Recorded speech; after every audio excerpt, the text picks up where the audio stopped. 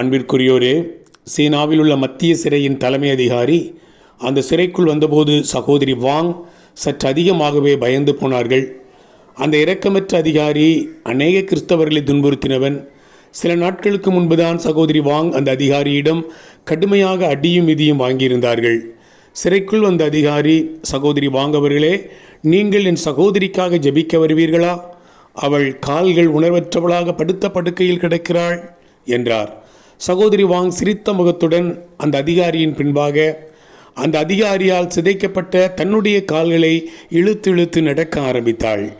சகோதரி வாங்கை கைது செய்தன்றே அந்த அதிகாரியின் தாயார் ஒரு விபத்தில் சிக்கியிருந்தார்கள். 2 நாட்களுக்கு பின்னர் சகோதரி வாங்கை விசாரணை என்ற பெயரில் கடுமையாக அடித்து கொண்டிருந்த போது அந்த அதிகாரியின் சகோதரி வேறொரு விபத்தில் சிக்கி காயமுற்றவராய் கிடக்கின்றாள். உணர்வற்ற அவளின் கால்களுக்கு சிதைக்கப்பட்ட சகோதரி வாங்கின் கால்கள் ஜெபம் செய்வதற்காக இழுத்து இழுத்து மகிழ்ச்சியோடு சென்று கொண்டிருந்தது. உங்களை துன்பப்படுத்தினவர்களுக்காகவும் ஜெபம் செய்யுங்கள் என்பதே இரத்த சாட்சியின் குரலாக ஒலிக்கிறது.